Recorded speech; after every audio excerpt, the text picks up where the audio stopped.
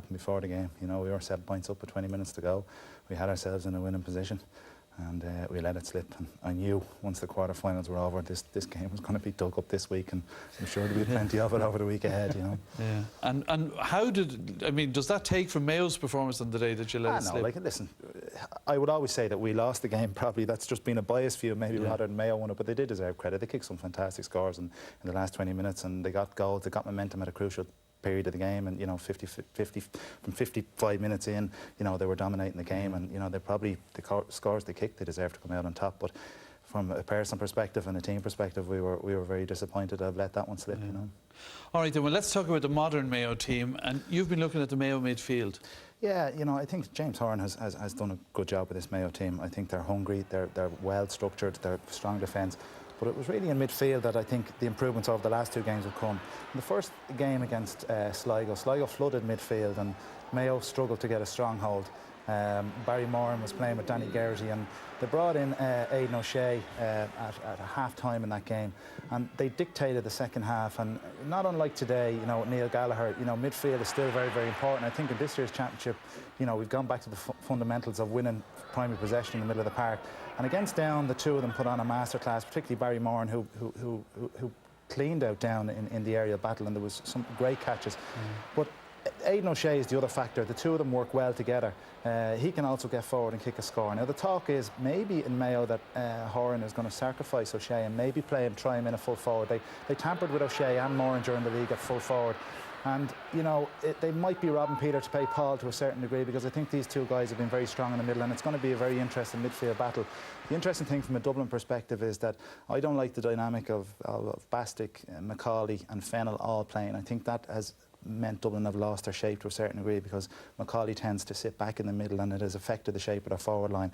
But, you know, you're going to have four guys in the middle of the park with similar levels of mobility, all good ball winners. Eamon Fennell played well against Laois, so it's going to be an interesting clash in the middle of the park, and I think Mayo will need Moran and O'Shea in the middle. OK, well, maybe related to that, Martin, you've been looking at Stephen Cluxton's kickouts. Now, we have looked at them before, but you think they're crucial? Well, I think it's interesting today. You probably had a lot of top coaches in the country, at club and county, watching today, watching Donegal, how they play the system. And people started to watch Cluxton, because we see these two kicks. The one against Donegal that put them a point up, a great kick, and that kick to win the All-Ireland. I mean, that takes a lot of bottle. I think there's a lot of, we see soccer players missing penalties or making big money. But we see what Mayo did in the league, and this is very interesting to see what Mayo was going to do. They didn't allow him to take the short kick out, and they pushed up, they broke that ball down. Andy Moran won it. Now, these next two are very interesting. This is when he tries to get a short kick out, which he's good at. Mayo push up on it right away, get in there, they've done their homework, and Alan Dillon kicks a great score here. And you know, so they're waiting for it. They're waiting for it. They've worked on it, they've studied it, you can see it, and here we go again. Again, he tries, you know, to dummy kind of a kick out, and again Dillon picks it up and scores. Now the interesting one is that Mayo this year are happy playing Kevin McLaughlin as a sweeper. They use him in the same role as Donegal use Mark McHugh, and that kind of a role coming forward. Now for them to do that, they're going to have to push up.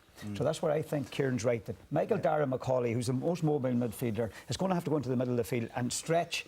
They're going to have to try, Dublin's going to have to try to pull their backs in for the kickers and stretch the Mayo midfield, who mightn't be mobile enough. But with what you said, with Dublin playing three players in the middle of the field, that's going to suit teams playing against them. There's not enough mobility there. They lose their shape in the forward line, but if they do push up on Cluxton kick out, it's going to make the midfield battle all the more important. Now, the only thing I would say, Stephen Cluxton was probably hit over the summer periods, has hit hundreds and hundreds and hundreds of kick-outs compared to back in March, you know. I think he knew that night he had a poor game, and he still is, you know. Very seldom he gets it wrong. Usually he's quite clinical, and he's very quick from when the ball is on the tee and it's gone straight away, and that's something. Well, I noticed after the score the ball's thrown out to him, and Cork were doing it today. They got the ball, keepers are doing that right after score right away. And what a Cork, Michael Murphy kicked the score of the day. Alan Cork hit Murphy's man with the kick out, and they got a score at the other end. The ball's over the bar. So listen, it's all tactical. Keepers becoming a big player in Gaelic football. Sure.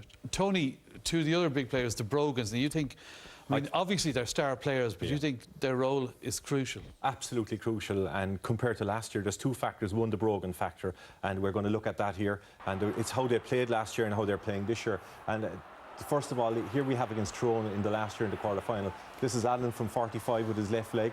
A fantastic score, no doubt about it. He looked confident, looked assured, and straight over the bar. Burned it in the All-Ireland final against Mark O'Shea.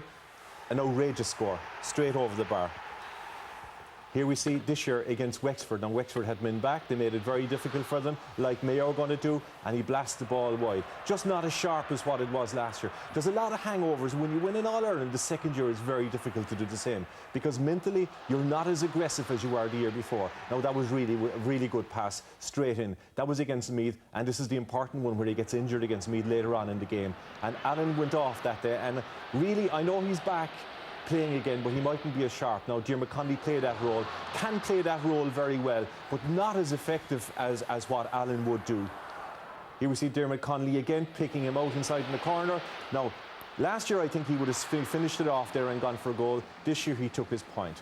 Now, personally, in '89 we won the All-Ireland. We were back the following year, 1990, and I don't think I was half as mad a player as I was in 1990 as I was in '89, because I think a lot of demons were squashed within me that I quelled them in '89 after winning an All-Ireland. It's so hard to come back the following year. I think the traditionalists, like Kilkenny in hurling, like Kerry in football, there's very few teams can continually win All-Irelands and have that tradition and go on and win All-Irelands, and it will be really test Dublin to do it. And the Brogans will have to be on full form, both Alan and Bernard. So do you think Mayo will win?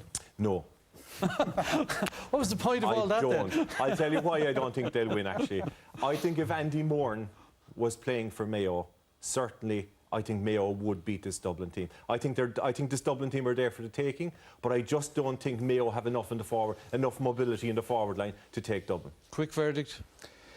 Yeah, I think Dublin defence should be good enough to hold the Mayo forward line, and it's going to be tight. I am getting more worried as it gets closer to this one, and Dublin's shape in the forward line has to be better, and they have to play their full forward line closer to the scoring zone, and if they do that and they improve, they'll get over the line. Martin, Yeah, briefly.